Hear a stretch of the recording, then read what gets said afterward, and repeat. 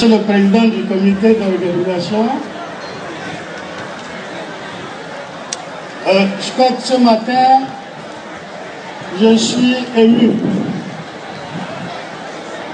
Et j'ai trouvé qu'ici, aujourd'hui, l'arrogance a trouvé la réponse arrogante appropriée.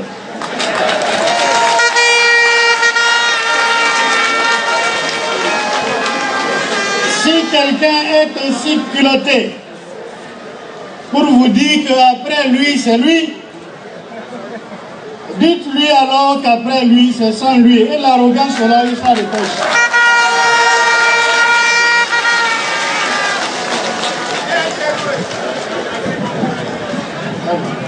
Monsieur le Président, j'ai été désigné par le président ABT, Abdoulaye Diop-Tchane, pour venir vous délivrer un message. Et je suis parmi les premiers ici et j'ai regardé venir vos militants. Alors, quand j'ai entendu l'honorable Arangué Bla parler, j'ai dit, mais qu'est-ce que j'ai encore à lui dire? Mais je vous prie de m'écouter très bien, militant du PRD. Celui qui va vous parler n'est pas militant du PRD. Il a même combattu à un moment donné le PRD. Celui qui veut vous parler est quelqu'un qui a côtoyé Maître Adrien Oungedi à l'Assemblée nationale et sous d'autres cieux. Alors, mesdames et messieurs, voilà, je me retrouve ça bien. Monsieur le Président, votre ami Abdoulaye Diop-Tchane et l'Alliance ABT vous envoient leurs salutations par ma voix ce matin.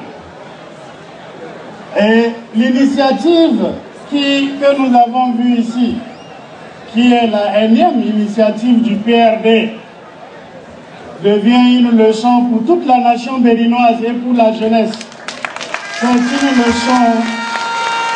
C'est une leçon du militantisme. Et je crois qu'elle est portée par ce fil incassable de l'espoir, de la détermination qu'a toujours incarné Maître Adrien Oungedi. Parce que quand on fait le chemin, il est toujours bien de s'arrêter pour faire le point. De déterminer quels sont les défis de l'avenir. Et surtout, j'ai vu ici que le thème qui vous rassemble aujourd'hui, c'est le code électoral et les prochaines élections. Je crois que, en dessous de ce message d'élection prochaine, vous avez voulu montrer que l'arc-en-ciel est là. Plus jamais et plus que jamais, l'arc-en-ciel retrouve ses vives couleurs. Je vous en félicite au nom de l'Alliance ABT. Monsieur le Président, l'honnêteté voudrait qu'on reconnaisse et qu'on observe le parcours du PRD et qu'on ait une pensée sur ce parcours-là. Parce que le Bénin a connu beaucoup de partis, mais le PRD est quand même singulier, je dois le reconnaître. Nous avons observé qu'il y a eu beaucoup de défis relevés par le PRD dans le passé. Peut-être je reviendrai un peu là-dessus. Mais ce que nous sommes obligés de reconnaître, que nous vous aimons ou que nous ne vous aimions pas, que nous soyons votre partenaire ou votre adversaire, c'est que j'observe que le vent a soufflé, certes.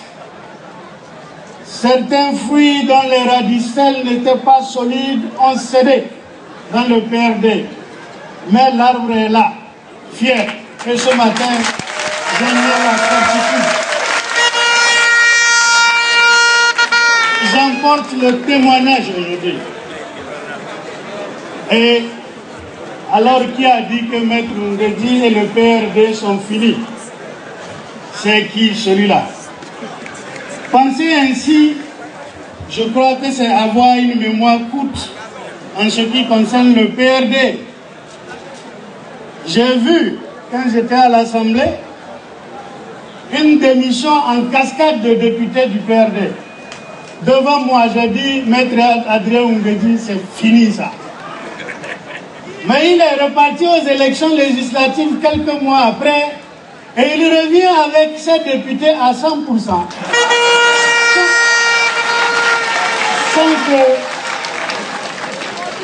Sans que aucun de ceux qui étaient partis ne soit revenu. Mais nous sommes monsieur.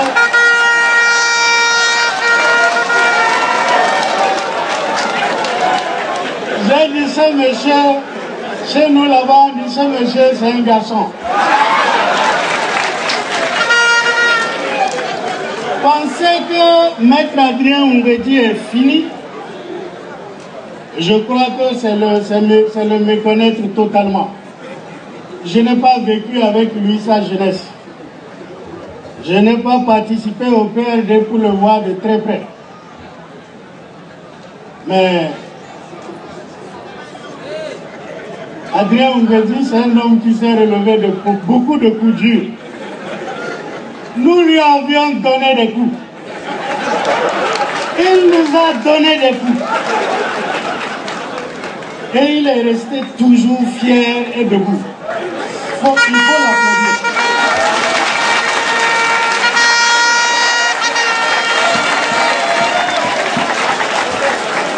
Le PRD, ça fait quand même 25 ans, je l'ai entendu dire.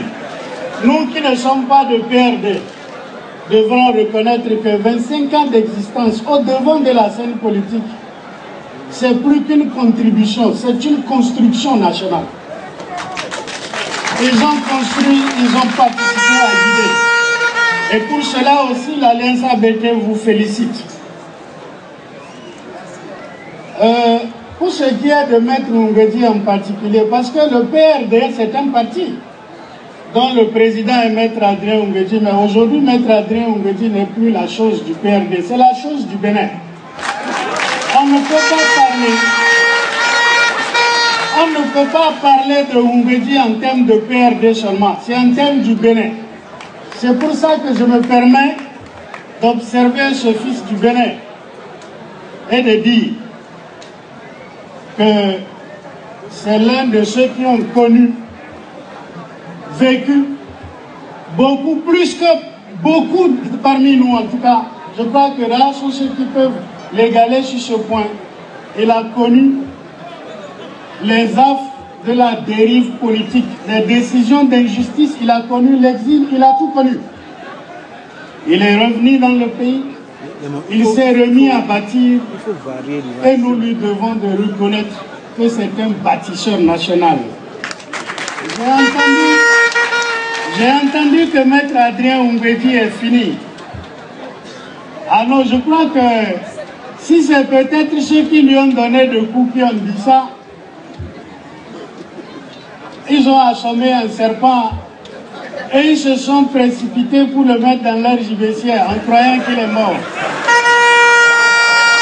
Attention, attention, il va se réveiller dans la gibecière. Et au moment où il va sortir, ce sera sans bruit. Mais au moment où il va vous frapper, ce sera à la hauteur de là où si vous voulez vous défendre, vous mourrez vous-même. C'est-à-dire votre coup.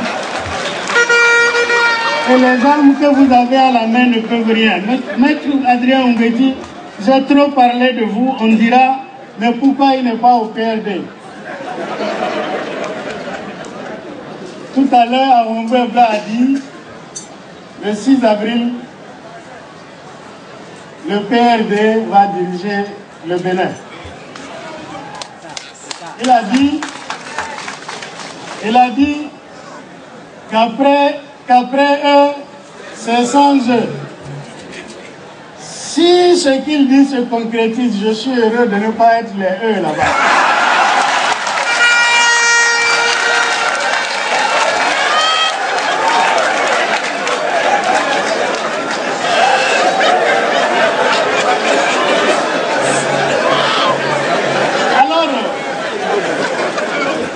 j'espère que le 6 avril, où je le crois fermement, il est vraiment temps que le 6 avril, nous soyons tous ensemble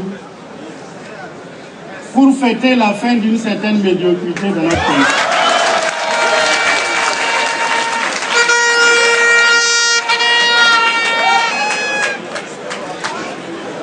Je pense, et j'ai même appris en venant, au même moment où le président Adrien Mbezi veut faire cette sortie, certains de ses anciens élèves médiocres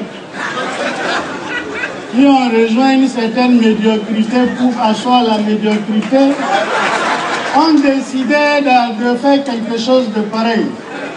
Le maître Adrien Mbezi, ils ont été vos maîtres, et nous-mêmes les moins que vous, ils ont été vos élèves, et nous-mêmes les moins que vous, ils ont été nos élèves. Et je ne suis pas sûr qu'ils feront du mieux que nous. Monsieur le Président, j'ai dit tout à l'heure que vous avez contribué énormément à gouverner ce pays. Vous n'avez pas eu la présidence de la République. Jésus-Christ n'a pas été le roi de Rome. Il n'a pas eu un pouvoir particulier, mais jusqu'à aujourd'hui, on appelle son nom partout. Mahomet n'a pas été un président. Mahomet n'a pas été un roi. Jusqu'à aujourd'hui, fils, petits-fils, nous courons dans les églises, dans les mosquées, pour prier en leur nom et derrière ce qu'ils ont dit. Ce n'est pas le pouvoir central qui est le problème. Maître Mbezi n'a pas été au pouvoir, mais depuis quelques semaines, je suis convaincu qu'il gouverne ce pays sans être au pouvoir.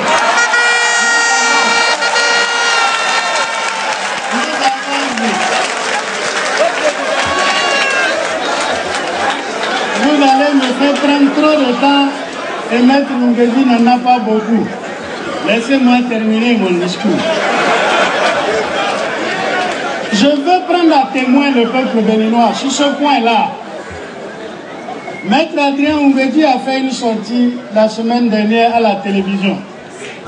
Je veux vous féliciter, Monsieur le Président, pour cette sortie. Honnêtement, c'était une réussite. Mais il a dit quelque chose concernant les élections.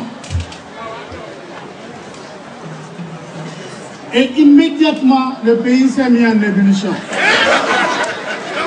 Le président de la République a tenté de lui répondre. J'ai lu le communiqué du Conseil des ministres. Lisez-le correctement et vous verrez que celui qu'on appelle la classe politique dedans, c'est Maître Adrien Mbezi. Le président de la République dit qu'il n'y a pas l'argent. Le président Mbezi dit passez un délai, si vous ne donnez pas l'argent, il n'y aura pas élection, vous mentez. Eh bien, le ministre des Finances court pour dire on donne 2 milliards. Au moins l'ultimatum de Mbezi a apporté tout ce pays. Mais, pourvu que ce soit la vérité, parce que ça fait la énième vérité qui se révèle fausse. Si le président Mbezi, dont nous à l'Alliance ABT, avons entièrement partagé l'analyse sur les élections prochaines. Parce que, Monsieur le Président, je vous prie, lors de cette journée, qui va s'organiser, que vous regardiez encore une fois le contenu du communiqué du Conseil des ministres présenté par Monsieur Tigri, je ne sais pas, secrétaire général.